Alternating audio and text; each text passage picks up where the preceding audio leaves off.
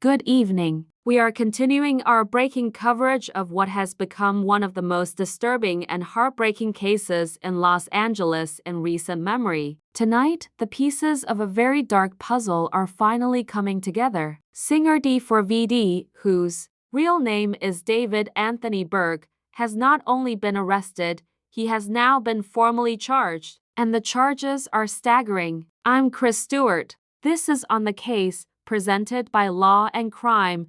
David Anthony Burke has been charged with first-degree murder with special circumstances, continuous sexual abuse of a child under 14 years old, and mutilating human remains. These are the most serious charges the Los Angeles County District Attorney's Office can bring, and tonight we are going to walk through every single detail of what we know, what it means legally, and what happens next.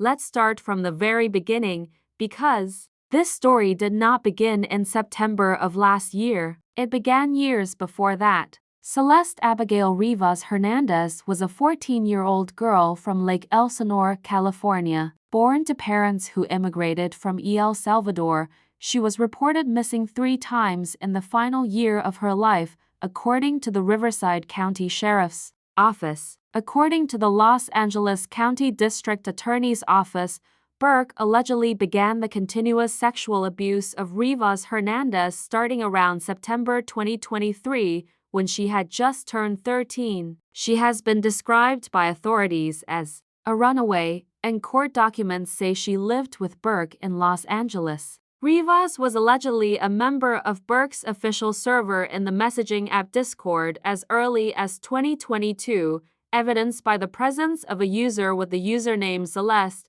whom other users at the time referred to as Burke's girlfriend, on April 5, 2024. Rivas Hernandez's family reported the 7th grader missing from her home in Lake Elsinore, a town about 70 miles southeast of Los Angeles, for the last time. They had reported her missing several times before. Celeste's brother, Matthew Rivas, told NBLA that when she disappeared, she was on her way to see a movie with Burke. He added that family members were aware that the girl knew the singer. Surveillance footage and digital evidence later revealed that Rivas was alive in September 2024 and January 2025. Then comes the most critical date in the entire prosecution timeline. Authorities say Celeste, who had been reported missing in Riverside County, visited Burke's Hollywood Hills home on April 23, 2025. She was never heard from again. Those were the words of District Attorney Nathan Hochman himself at Monday's press conference. Celeste went to Burke's house in the Hollywood Hills. She was never heard from again.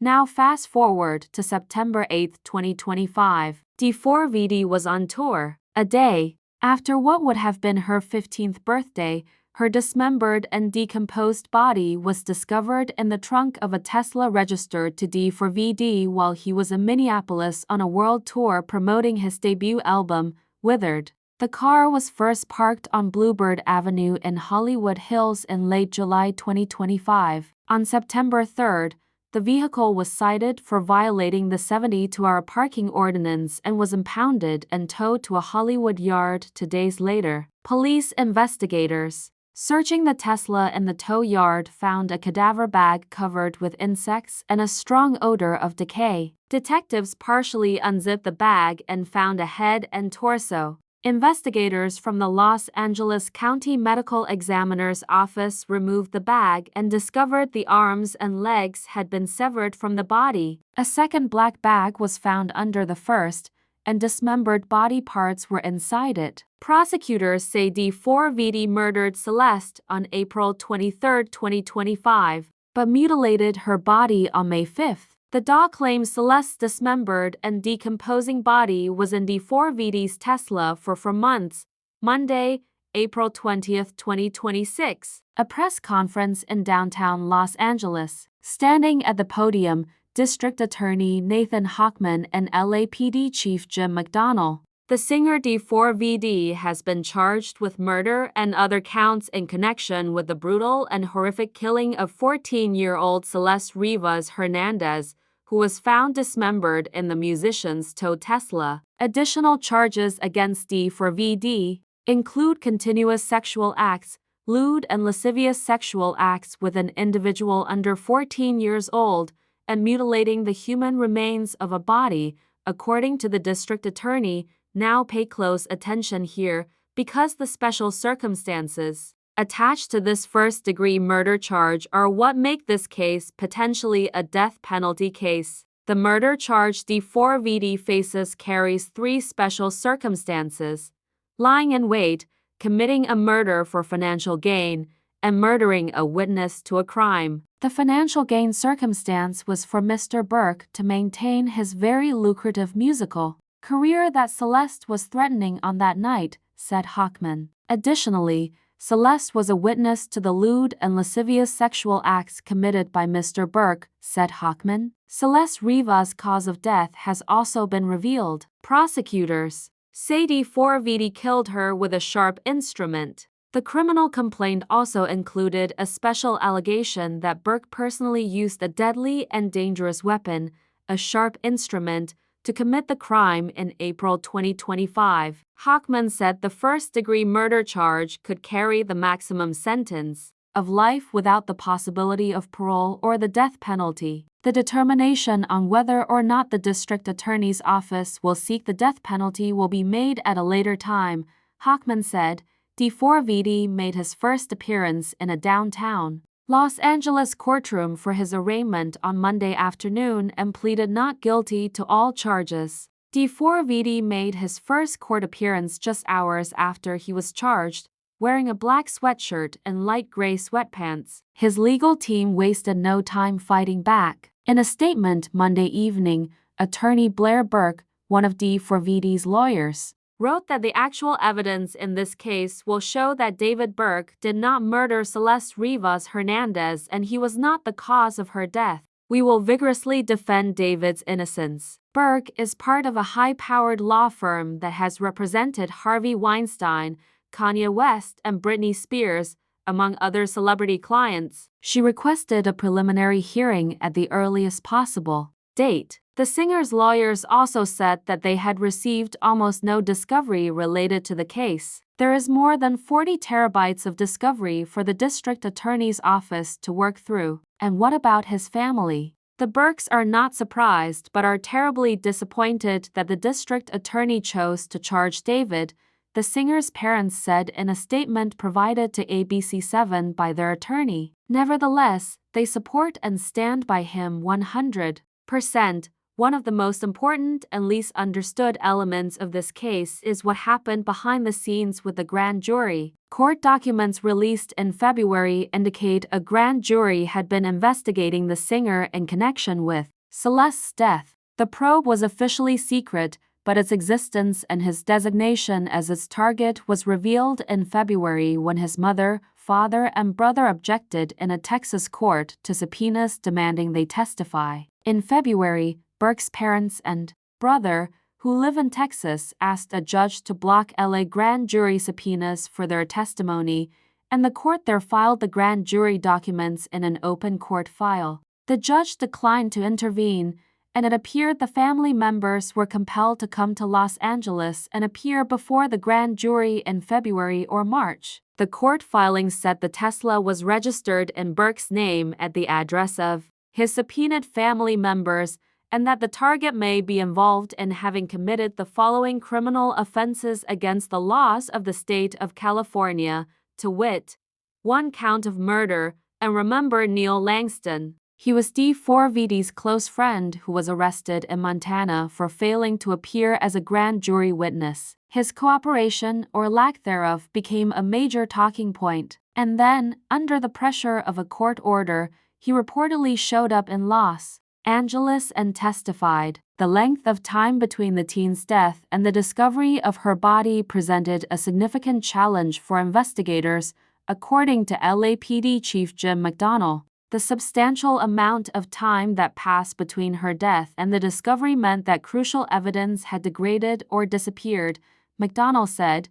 This case is not just about physical evidence. This is a deeply digital case. The police chief, says there is digital and forensic evidence linking D4vd to the crimes. Think about what that means. D4vd was a TikTok-born music star who first went viral on TikTok, where he has nearly 4 million followers, and had been on his Withered World tour when the teen's body was discovered in his vehicle. Rivas's mother stated that her daughter had a boyfriend named David, and Rivas and Burke had matching tattoos. Sources reported that she resided in a rental property with Burke and met him through the internet. Rivas was allegedly a member of Burke's official Discord server as early as 2022. In the summer of 2024, by the time Rivas was reported missing, Burke claimed to be in a song crisis in the same server, to which an anonymous user replied drop. The one with the missing girl, Celeste Rivas Hernandez. Burke did not reply to this message.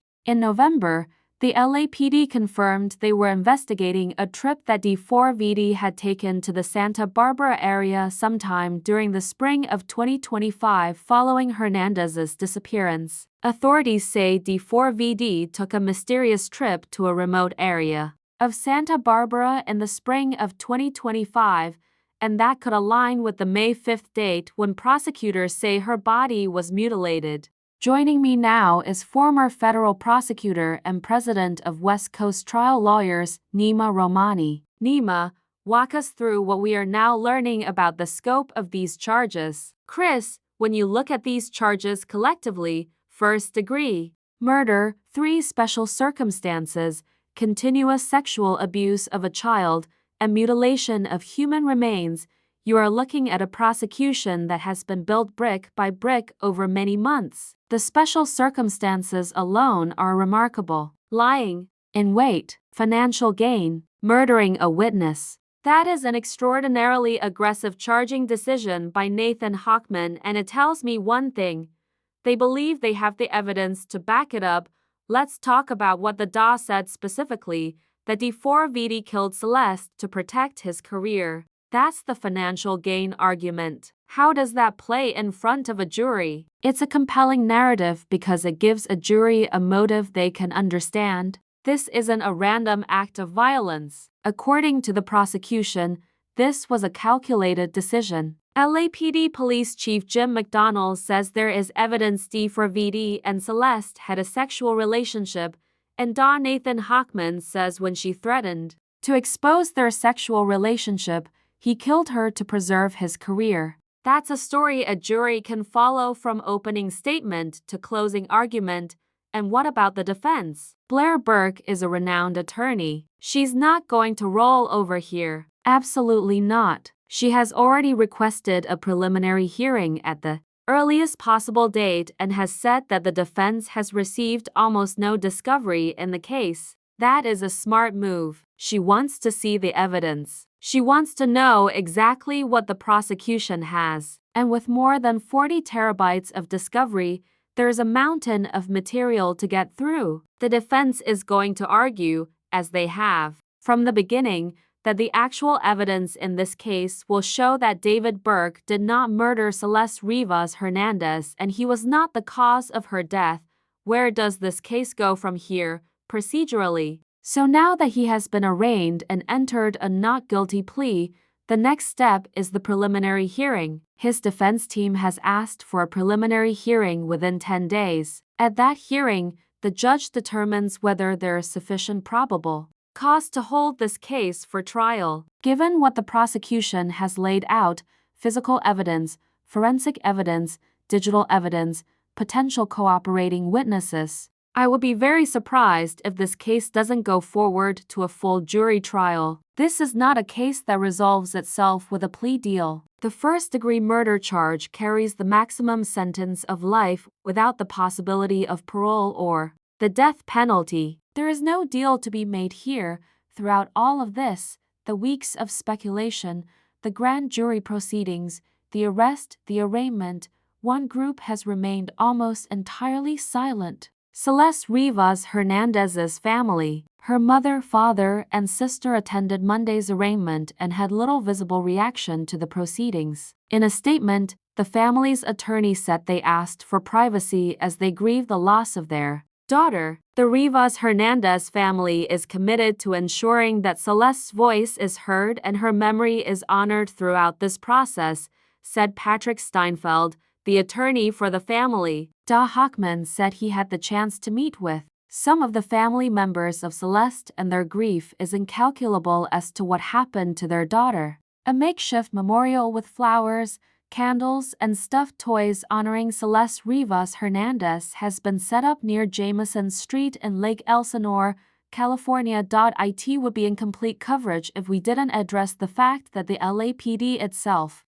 has faced serious public criticism throughout this investigation. Throughout the 7-month investigation, LAPD has faced criticism for how it has handled the case and for its decision not to provide details, Police Chief McDonnell noted at Monday's news conference. On November 24, 2025, the LAPD publicly characterized the case as an investigation into murder for the first time, a shift from earlier statements that avoided classifying Rivas's death as a homicide. LAPD Deputy Chief Alan Hamilton stated that accountability is coming and assured that detectives were actively pursuing justice for Rivas. In an unusual move, police blocked the release of the coroner's report on Rivas Hernandez's death. The medical examiner's office said it had received a court order initiated by the LAPD to place a security hold on the case. The order said no records or details, including the cause and manner of death, could be released until further notice. Chief McDonnell addressed the criticism directly, saying his duty is not to fuel speculation, it is to deliver justice. Let me bring it all together for you tonight. Here is the full picture of where this case stands as of April 21, 2026. On April 16, 2026, David Anthony Burke was arrested by the Los Angeles Police Department in connection with the death of Rivas. He is being held without bail pending court proceedings. On April 20, 2026, the LAPD and DA's office announced that Burke would be charged with first-degree murder, lewd and lascivious acts with a minor under 14, and mutilation of a body. Prosecutors indicated they will seek the death penalty. Also on April 20th, Burke appeared in court for the first time since his arrest and pleaded not guilty to all charges. There is more than 40 terabytes of discovery for the district attorney's office to work through. The charging documents list her 13th birthday, September 7, 2023,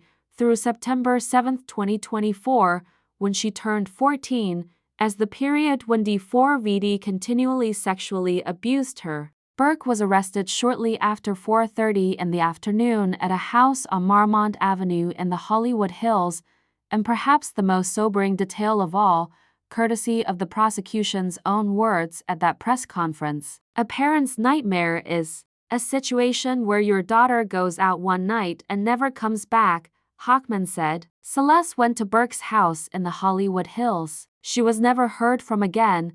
We will continue to follow every development in this case as it moves toward what now appears to be an inevitable jury trial. A 14-year-old girl from Lake Elsinore, a TikTok-famous musician, a Tesla, a tow yard, and now, a murder charge carrying the death penalty. Celeste Rivas Hernandez deserves justice, and this courtroom fight is just beginning. That will do it for this extended episode of On the Case, presented by Law and Crime. Subscribe to us on YouTube and Spotify, and stream us on Peacock. I'm Chris Stewart. We'll see you next time.